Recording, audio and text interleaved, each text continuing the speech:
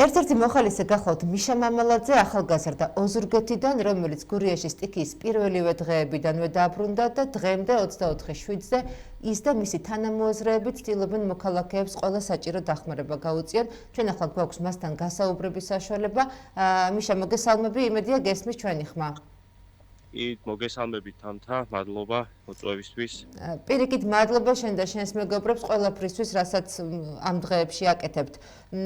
იქნებ გითხრა, ბოლო განახლებული ინფორმაცია, სათხარ ახლა, რა ვითარება, როგორ საქმიანობთ და რას გვეტყვი ამ მომენტის მონაცემებით, რა ხდება შენს ირგვლივ? თამთა მოგეხსენებათ, როგორც თქვენ აღნიშნეთ, რომ მეორე-მესამე დღესვე როგორც კი საჭიროება დადგა Off-Road Club Georgia-სთან ერთად ჩამოვედი ოზურგეთში, იმისთვის რომ ხალხს გარკვეულწილად დავხმარებოდით. ეხლა ვიმყოფებით ოზურგეთის მუნიციპალიტეტის ერთ-ერთ გარეუბანში. მოიდანახეზე ვარ ამ წუთას, მოძრაობ ქალაქის მიმართულებით. სამწუხაროდ გუშინ მანქანა გაგვიფუჭდა, ტექნიკური ხარვეზი გქონდა და შევცვალეთ მანქანა, თუმცა დღესაც იგივე პრობლემა გვაქვს და ამ წუთისთვის მანქანა არ მყავს, თუმცა ეს არ მაძლევს იმის საშუალებას, რომ გავჩერდე მაინც, იმიტომ რომ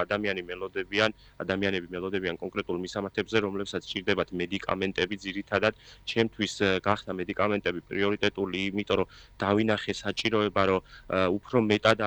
აქცენტი გაკეთებული საკვებ პროდუქტების მიწოდებაზე, რა თქმა უნდა, ადგილობრივი საკოორდინაციო საბჭო და მუნიციპალიტეტიც ზრუნავს იმაზე, რომ გარკვეულწილად მედიკამენტები ადამიანებს მიაწოდონ, თუმცა მე დღეს ამ 2-3 დღის ასე ვთქვათ მოხალისეობრივი შრომის შედეგად დავინახე უფრო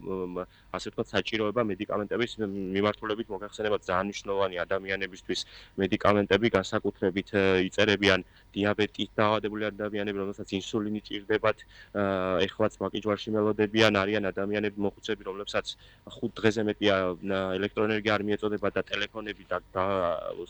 არ აქვთ, კონტაქტზე ვერ გადიან ოჯახის წევრებთან და სანთელიც კი არ აქვთ, იმიტომ რომ მოგეხსენებათ, სანთელი ქალაქში ფაქტობრივად შეუძლებელია, რომ იშოვო, იმდენად მოთხოვნადია. ეს ამ 2 დღის მოკლე შეჯამება რო გავაკეთო, მაღალი გამავლობის მანქანით მოძრაობდით სხვადასხვა ლოკაციებზე, გუშინ სოფელ ძიმითიდან ჩამოვიყვანეთ ძაღლის მიერ დაკვენილი ქალბატონი, რომელსაც სოფის ნეფსი ესაჭიროებოდა სასწრაფოდ და 2 დღე ვერ ხერხდებოდა მისი ჩამოყვანა, ვერც ერთმა უწყებამ ვერ მოახერხა მასთან მისვლა და ჩამოყვანა. ჩვენ ნახევარი გზა გავიარეთ მანქანით, ნახევარი ფეხი და გუშინ გადავიყვანეთ კლინიკაში და ჯანმრთელად არის ეს ქალბატონი, მადლობა ღმერთს. ორსულ ქალბატონს მივაწოდეთ ასევე საკვები პროდუქტები და სხვადასხვა სოფლებში საკვები პროდუქტები ადამიანები, რომლებიც იმედით გველოდებოდნენ. ორი სიტყვით უნდა ვთქვა, ვახსენო Off-Road Club Georgia, ეს არის Off-Road-ის მანქანები, მაღალი გამავლობის მანქანების კლუბი, რომლებიც თავისი ინიციატივით დაახლოებით 15 ერთეულ მაღალი გამავლობის მანქანასთან და 2 ერთეულ ძიმე ტექნიკასთან შეგვიძლია პირდაპირ ვთქვათ, ეს არის გაუყალავ თოლში მოსიარულე უნიმოგებს ეძახიან, რომლებიც ფაქტობრივად გუშინ პირველად ავიდნენ ზემონატანებში და ლეკურში. ეს ის ადგილები იყო და ის უბნები და სოფლები, სადაც გუშინ საღამომდე არ იყო არანაირი ტრანსპორტი ნამყოფი და შესაბამისად არ ჰქონდათ არანაირ საკვებ პროდუქტებზე, მედიკამენტებზე წვდომა და გუშინ მოხდა ამ ბიჭების დახმარებით, რომელსაც პირადად მე ყველა მოხალისესთან და რა თქმა უნდა, მაგრამ დღეს თამთა შემიძლია ობიექტურად და თამამად თქვა, რომ ყველა სახის გადაადგილებაში მათ შორის პროდუქტების და საციცხვო დიალიზით დაავადებული პაციენტებისთვის გადაყვანა მედიკამენტების სასწრაფო სამედიცინო დახმარების მანქანების უსაფრთხოდ გადაადგილებისთვის და ეფექტურად გადაადგილებისთვის ეს ბიჭები არიან ჩართულები დაახლოებით 70-80% ასე ვთქვათ მანქანებისა და ძალიან დიდი მადლობა ამ ბიჭებს. სხვადასხვა Off-Road მანქანები და კლუბები და ადამიანები არიან სხვადასხვა ქალაქებიდან, გორიდან ჩამოვიდნენ გუშინ და ოზურგეთშიც მუშაობენ, მაგრამ სამწუხაროდ უნდა ვთქვა, რომ არაა საკმარისი რესურსი, კიდევ ჭირდება და მე პირადად ეხა ფეხით მიწევს გადაადგილება, რაც დიდ ძალისხმევას მოითხოვს და ენერგიას და რა თქმა უნდა დროში იწელება და ვერ ვახერხებ ბევრ ოჯახთან მისვლას, არ ვიცი დღეს ალბათ ორ ოჯახთან თუ მოახერხე მაინც საქმე იქნება გაკეთებული. რა თქმა უნდა. მიშა, ოზურგეთის მუნიციპალიტეტი ახსენე შენ და მათი საქმიანობა ძალიან საინტერესოა, რამდენად ხერხდება თქვენ შორის რამენაირი თანამშრომლობა, რამენაირი კოორდინაცია. აი თუნდაც პოპულარულ ენაზე რომ ავხსნათ, მაგალითად, ერთი და იგივე მისამართზე დაუშვათ არ გახვიდეთ ორივე ჯგუფი, ან ინფორმაციების გაცვლა, ანუ რამდენად არის ეს პროცესი სწორად წარმართული, ან არის თუ არა საერთოდ რას გვეტყვი? კი ბატონო, მადლობა, კარგი კითხვისთვის, მადლობა, იმიტომ რომ აქ პრობლემებიც გამოიკვეთა და ასევე დადებითი მხარეებიც, რომ ორივეზე ვისაუბრებ. პირველ რიგში ჩვენ რო ჩამოვედით ამ ოფროუდ მანქანებით, პირველი კომუნიკაცია შედგა ქალაქის ხელმძღვანელობასთან, საკოორდინაციო საბჭოს, ასე დავარქმევდა ჩვენ ადმინისტრატორთან, ორგანიზატორთან ამ ასე ვთქვათ სამ მოხალისეობრივი აქციის. შედეგად გამოიკვეთა რამოდენიმე მიმართულება სასწრაფო სამედიცინო დახმარება გადაადგილებაში ტრანსპორტისთვის, ასევე ისეთ ადგილებში პროდუქტის მიწოდება, როგორც წეგან ვახსენე, მიუვალ სოფლებში და ფაქტობრივად ამ საკოორდინაციო საბჭოს დაექვემდებარა ყველა ეს მანქანა. სხვადასხვა მოხალისეობრივი ჯგუფებია, მათ შორის არის შტაბი შექმნილი თქვენ როგორც იცით, რომელიც არ არის დაკავშირებული მუნიციპალიტეტთან, ეს დანუკა ჟორჟიანის მოხალისეები, ასე რომ დავარქვათ მისი ორგანიზებით, რომლებიც ძალიან დიდ საქმეს აკეთებენ. ჩემი მეგობარი თაკობულბიანი არის ჩართული და ფაქტიურად ორგანიზატორია ერთ-ერთი წამლების მედიკამენტების მიწოდებაში. მათ და ადგილობრივ ხელისუფლებას შორის არ მგონია რამე სახის კომუნიკაცია ეს პირდაპირ იყოს, მაგრამ მე პირადად თავიდანვე ჩართული ვარ. ორი დღიდან დაახლოებით ერთი დღე, ანუ ნახევარი დღე გავატარე სპორტის სასახლეში, სადაც მოწყობილია საველე შტაბი, სადაც ხდება განაწილება სასურსათო პროდუქტების და უკვე გაშვება სოფლების მიმართულებით. ბევრი ადამიანი არის იქ და მაქსიმალურად 24 საათის განმავლობაში ფაქტიურად ცდილობენ შრომას და განაწილებას. მე პირადად რაც გულისკევილით მინდა ვთქვა, თავიდანვე მქონდა სხვა მოლოდინები, მინდოდა რომ უფრო მეტად ჩართული ყოფილიყავი და უფრო მეტად გამოყენებული ყოფილიყო ჩემი გამოცდილება, რადგან მოგეხსენებათ, მე ოზურგეთელი ვარ წარმოშობით და კარგად ვცნობ ქალაქსაც და სოფლებსაც შემოგარენში ოზურგეთის, თუმცა საკოორდინაციო საბჭოსთან არანაირი პრობლემა არა კომუნიკაციის, მაგრამ ყოველ შემთხვევაში დიდად იმ დოზით ვერ ვარ ჩართული, რა დოზითაც მინდოდა რომ ყოფილიყავი. თავიდანვე ვცდილობდი შეხვედრას ამ ხალხთან, ასე ვთქვათ, როცა ჩვენი წარმომადგენელი ამ ოფროუდის წარმომადგენელი ადმინისტრატორი შევიდა საკოორდინაციო საბჭოსთან, თუმცა არ მომეცა საშუალება სამწუხაროდ, მიუხედავად იმისა, რომ ვიყავი მისული თვითმმართველობის ორგანოს შენობაში, უბრალოდ ორი ადამიანი სახელებს და გვარებს არ დავასახელებ, ხა არა აქვს ამას გადამწყვეტი მნიშვნელობა, ორი ადამიანი შემხვდა, ჩემთვის კარგად ნაცნობია, მეც მათთვის კარგად ნაცნობი ვარ და იციან მიმუშავია მათთან, თქვენ კარგად მოგეხსენებათ და იციან რომ აქვს იმის რესურსი, რომ რაღაცაში შეიძლება და ყოფილიყო გამოყენებული ჩემი ეს გამოცდილება. თუმცა არაუშავს, ანუ მათ იციან რომ აქ ვარ, ჩემს საკონტაქტო აქვს და ჯერჯერობით არ ყოფილა დიდი კომუნიკაცია ჩვენ შორის. თუმცა ეს კომუნიკაციის პრობლემა, რა თქმა უნდა, არ არსებობს. მე უბრალოდ გულის ტკივილი გამოვთქვი იმაზე, რომ მინდოდა მეტად ჩართულიყავი, მეტად გამოყენებული. შეიძლება თქვენი რესურსი უფრო ეფექტურად გამოყენებულიყო დამატებით. კი, არა მარტო მე უბრალოდ ჩემზე იმიტომ ვაკეთებ აქცენტს, რომ ამ ადამიანებს პირადად შენი და ზოგადად იმ ადამიანების, ვისაც შეიძლება გააკეთონ, დიახ. ზოგადად მოხალისეებს, კი, ანუ უფრო ეფექტურადაც შეიძლება. მე არ ვაკრიტიკებ, ეხლა არც კრიტიკის დროა, არც რაღაც პოლიტიკური აქცენტების და საერთოდ მით უმეტეს რაღაც პოლიტიკური განცხადებების და ასე შემდეგ და პარტიული გემოვნების და კურსის და მსგავსი რაღაც მით უმეტეს ყველა მიცნობს მე პირადად და იციან რომ ჩემი აქტივიზმის გამო ასე ვთქვათ შეიძლება ცოტა ნეგატიურად მიყურებს ბევრი ადამიანი ალბათ რა ვიცი და რაღაც დონეზე ბარიერი მაინც ალბათ დარჩა რომელიც ადამიანებს ძალიან ცუდი იქნება თუ ამან მოახდინა გავლენა იმაზე რომ ნაკლები თანამშრომლობა შენთან დაუშვათ ვიდრე შეიძლება და ყოფილიყო, მაგრამ იმედია ეს ასე არ არის.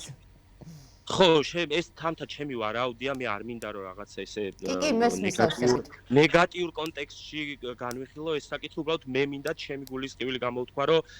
ვაკეთებ, მაგრამ ვაკეთებ ალბათ 20-30%-ს იმ შესაძლებლობისა, რაც მქონდა და რაც შემეძლო რომ გამეკეთებინა, უფრო ეფექტურად შეიძლებოდა ჩემი რესურსი გამოყენებული ყოფილიყო პირველ რიგში ხალხის საკეთილდღეოდ და თუმცა მე აუცილებლად უნდა ვთქვა, რომ ყველასთან კომუნიკაციაში ვარ, ნებისმიერ ადამიანთან დადებით კონტექსტში, რა თქმა უნდა, ერთად მუშაობთ, აი 2 დღის მანძილზე აქ საველე მოწყობილ, ასე ვთქვათ, სპორტის სასახლეში ჩვენ ერთად ვაფასოვებთ პროდუქტებს, გადმოტვირთვა, დატვირთვა ეს ტექნიკური საკითხები, ოფროუდ ბიჭები ვისთანაც ჩამოვედი, მოდიან, იტვირთებიან, მიდიან და ქალაქში ვცდილობ მაინც რომ ყველასთან კოორდინაციაში ვიყო. იქეთ მოხალისეობრივ შტაბთან, როგორც მოხსენეთ, ერთ-ერთი აქტივისტი არის ჩემთან პირადად კონტაქტზე, აქეთაც ყველასთან კომუნიკაციაზე ვარ და ღია ვარ და მზად ვარ ნებისმიერ საკითხში იყოს ჩემი რესურსი გამოყენებული, თუ კი რამე შემიძლია. მიშა ძალიან აუცილებლად უნდა ვთქვა ის, რომ ადამიანები, ვინც არიან ჩამოსულები და საერთოდ სახეზეც კი ახლა მე ალბათ აქაური ვარ და ბევრი მიცნობს და რაღაც გარკვეული სახის გრუპა არსებობს და მიხარია და არის ბევრი ადამიანი საერთოდ თბილისიდან სხვადასხვა რეგიონებიდან ჩამოსულები, მათ შორის ტრანსპორტებით და ამ ადამიანების გამოყენება ჩემი აზრით უფრო ეფექტურადაც შეიძლება. თუმცა თამთა გთხოვთ, რომ აუცილებლად მომცეთ იმ საშუალებას თქვა, რომ მე რასაც უყურებ,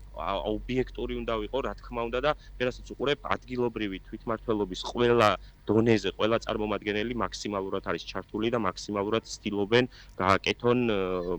კი ბატონო, ამაში მეც გეთანხმები, ნამდვილად ჩვენ ვუყურებთ ინტენსიურ მუშაობას მათი მხრიდან, უბრალოდ აქ გამოიკვეთა სხვა ტიპის პრობლემები, რაც მრავალი წელია გვაწუხებს. იგივე ტექნიკის სიმცირე, იგივე მენეჯმენტის და საპრევენციო გეგმების სხვანაირად შედგენა და მათი ამოქმედება, თორემ ამ დღეებში ნამდვილად შეგვიძლია ვთქვათ, რომ ისინი ნამდვილად ინტენსიურად მუშაობენ და თავდაუზოგავად. კი ბატონო, ზუსტად ესაა ჩვენი პრობლემა, რომ მესმის, რომ ამ ხელა სტიქისთვის არ იყო მუნიციპალიტეტი მზად და შეიძლება ლოგიკურადაც მივიჩინოთ, თუმცა არ შეიძლება ეხა იყო განცხადებები გაკეთდა, რომ თურმე 5 და 10 და 20 მილიონს ვერ გადავიხდით იმისთვის, რომ 4 და 5 წელიო დავაყენოთო ტექნიკა უმოქმედოთო და თუნდაც 1 და 2 ადამიანის სიცოცხლე სამწუხაროდ ვინც მოყვა, ასე ვთქვათ, რაც მოყვა სხერფლი ამ სტიქიას, არ შეიძლება შეფასდეს ადამიანი, თუნდაც 1 ადამიანის სიცოცხლე და ჯანმრთელობა კონკრეტულ ფასად, ამიტომ ეს უნდა იყოს თამთა კარგი გაკვეთილი ჩემი აზრით ყველა მუნიციპალიტეტის მთელი ქვეყნის მასშტაბით. რომ იქნას მიღებული წინასწარი, რომლებიც ჩვენ ფაქტიურად გვაქვს ტრაქტორები, მაგრამ არ გვაქვს თოვლსაწმენდი ტრაქტორები. ეს არაა თოვლსაწმენდი ტრაქტორები. კი ბატონო, ლანჩხუთში ქონდა შემთხვევები, როცა ჩარჩა GCP-ის ტიპის ტრაქტორები თოვლში, დიახ. კი ბატონო, მე გუშინ შევხვდი, აი ჩვეულებრივ აღმართზე სპორტ სკოლასთან ვაღმართია შუქნიშანთან ალბათ ყველამ კარგად იცის, იქ ვერ ამოდიოდა JCB-ის ტრაქტორი, შუაში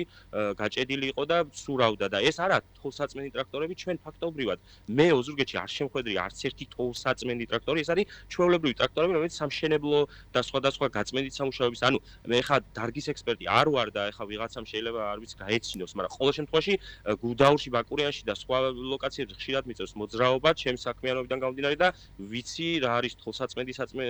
ტრაქტორი, მინახავს ყოველ შემთხვევაში და გურიაში მე თოვლსაწმენდი ტრაქტორები არ მინახავს. მაღალი მუხლი, ეგრეთ წოდებული მუხლხო ტრაქტორებს და მუხლხოიან ტრაქტორებს რო ეძახიან, გუშინ შემხვდა ძიმითში, ხალბატონო გადმოვიყანეთ კლინიკაში, რომელიც მე როგორც ვიცი, კერძო კომპანიას ეკუთვნის და სხვათა შორის იყო ინფორმაცია, რომ კერძო კომპანიებიც საკუთარი, ასე ვთქვათ, აქტივით ამ ტექნიკის ჩართულები არიან სოფლის და არა მარტო სოფლის გზების გაწმენდაზე და მადლობა ამ კომპანიებს ამ ნამდვილად მადლობა მადლობისთვის. კი ბატონო, ხო და აი პრევენციულ ზონებზეც და რასაც დავამატებდი, სამწუხარო არის ფაქტი, რაც ანუ მე თან ვცდილობ რომ გარკვეულწილად კრიტიკული ვიყო, მაგრამ არა არ იყოს ეს კრიტიკა კრიტიკისთვის, ეს იყოს კრიტიკა იმისთვის, რომ რაღაცა შემდეგში კარგად გამოვიყენოთ ეს გაკვეთილი და დაშვებული შეცდომები შემდეგში რომ არ განმეორდეს და ცენტრალური ხელისუფლებიდან ჩემი აზრით იყო დაგვიანებული ჩართულობა, თუნდაც სამხედროების შემოყვანა, ჯარის შემოყვანა იქნება და ტექნიკის შემოყვანა და რაღაც მობილიზება და ჩამოსვლა იყო დაგვიანებული, იმიტომ რომ ცოტა სასაცილოა სატირალი რო არ იყოს, რომ მოხალისეებმა ჩამოასწრეს მოხალისეთა ჯგუფი ხელისუფლებამ მოასწრო დაორგანიზება სახელმწიფო სტრუქტურებს ცენტრალური ხელისუფლება ერთმანეთთან დაუკავშირებელმა რიგითმა მოქალაქეებმა. კი ბატონო, ადგილობრივ ხელისუფლებას არ გულისხმობ, ვიცი და ვადევნებთ ხოლმე რომ ადგილობრივ ხელისუფლება თავიდანვე ჩასულიყო, მაგრამ არ იყო რა თქმა უნდა და არ არის საკმარისი ტექნიკა. დროზე იყო რეაგირება გასაკეთებელი ცენტრალური ხელისუფლებიდან დასახმარებელი და ჩემი აზრით ეხლაც არ არის საკმარისად ჩართული. მე მაგალითად თამთა 3 დღეა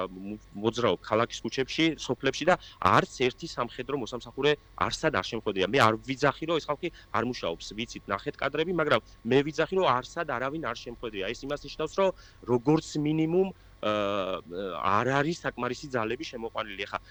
მე ამას ვერ გავსაზრდო, მაგრამ მე ვამბობ შრალ ფაქტებს. ფართოდ არ არის გაშლილი მათი საქმიანობა, ალბათ, იმიტომ რომ თქვენს გარდა კიდევ შემხვდა რამდენიმე ადამიანის კომენტარი ამ თემასთან დაკავშირებით და კითხვები, რომ სად არის ეს ჯარი.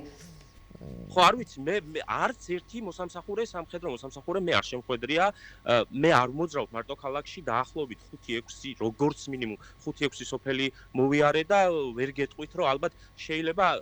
არა მე დარწმუნებული ვარ ის ბიჭები ტყუილ არ არიან და ეხა მუშაობენ მაგრამ მე ვისურვებდი რომ მათ შორის სამხედრიანი მანქანები რომლებიც ალბათ მე როგორც ვიცი უნდა ყავდეს თავდაცვის სამინისტროს მაგალითად კონჭკათი მაგალითად ზემონატანები აი ანუ მოხალისეები კაია მოხალისეები ვაკეთებენ ეს უმაღლესი სამოქალაქო პასუხისმგებლობა მაგრამ რატო უნდა იყოს მოხალისეების როგორ თქვა მოხალისეებზე დამოკიდებული სახელმწიფო სტრუქტურები ეს უნდა მანამდე უნდა დაორგანიზებულიყო და ათვისებულიყო იქ ჩვენ სენაკში გვაქვს ბაზა ახლო მდებარე ბაზები ხო გვაქვს ბაზები სადაც არის ეს ტექნიკა მძიმე ტექნიკა და 5 ერთეული სატვირთო მანქანა რომელთაც ჩამოიყვანეს ეს ოფიცრები მე არ ვიცი საზოგადოებამ შეაფასოს არის თუ არა საკმარისი კი ბატონო მიშა ძალიან დიდი მადლობა ვიცით ყველამ შენი რეჟიმი ამ დღეების მანძილზე ამიტომ მართლა ძალიან დიდი მადლობა რომ გამონახეთ რო და გაგვიზიარა ეს ინფორმაცია მადლობა თქვენ რომ აშუქებთ იმიტომ რომ მნიშვნელოვანია ეხლა თქვენზე დიდი პასუხისმგებლობა საზოგადოებამდე სწორი ინფორმაცია მივიდეს და ერთ რამეს დავამატებ რომ თბილისიდან ან სხვა რეგიონიდან თუ ვინმე წამოვა იქნებ სანთლები მოიმარგო იმიტომ რომ ეხლა ზურგჩანთა მიკეთი არ ვიცი ჩანს თუ არა სადაც სანთლები მიწვია სახლიდან შეკოწიწებულად წამოღებული იმიტომ რომ ადამიანებს არ იშოვება სანთლები არა აქვს სანთლები და მედიკამენტები და ეს იმიტომ რომ ოზურგეთში სანთელი უკვე დეფიციტია ყველა მაღაზიაში ბატონო და აი ოზურგეთში ესე ვცდილობთ რომ რაღაცა შევაკოციცოთ სანთლები მედიკამენტები და ზურგჩანთით დავატარებთ ხან ფეხით ხან მანქანებით და ვიღაც ვინმე თუ გამოჩნდება კეთილი რომ მაღალ გამავლობის მანქანით დაგვეხმარება ბევრი ადამიანია აქ ჩამოსული მაგრამ არანაირად საკმარისი არა 30%-იც კი საკმარისი არა რაც ყავს ახლა მოხალისეთა მაღალი გამავლობის მანქანები ასე რომ დახმარება გვჭირდება და დაგჭირდება კიდევ რამდენიმე დღე როგორც მინდა. კი ბატონო ჩვენც ვეცდებით რომ მაქსიმალურად გავაზიაროთ ეს ინფორმაცია და მადლობა კიდევ ერთხელ შენ. მადლობა და გემშვიდობებით. მადლობა ნახვამდის.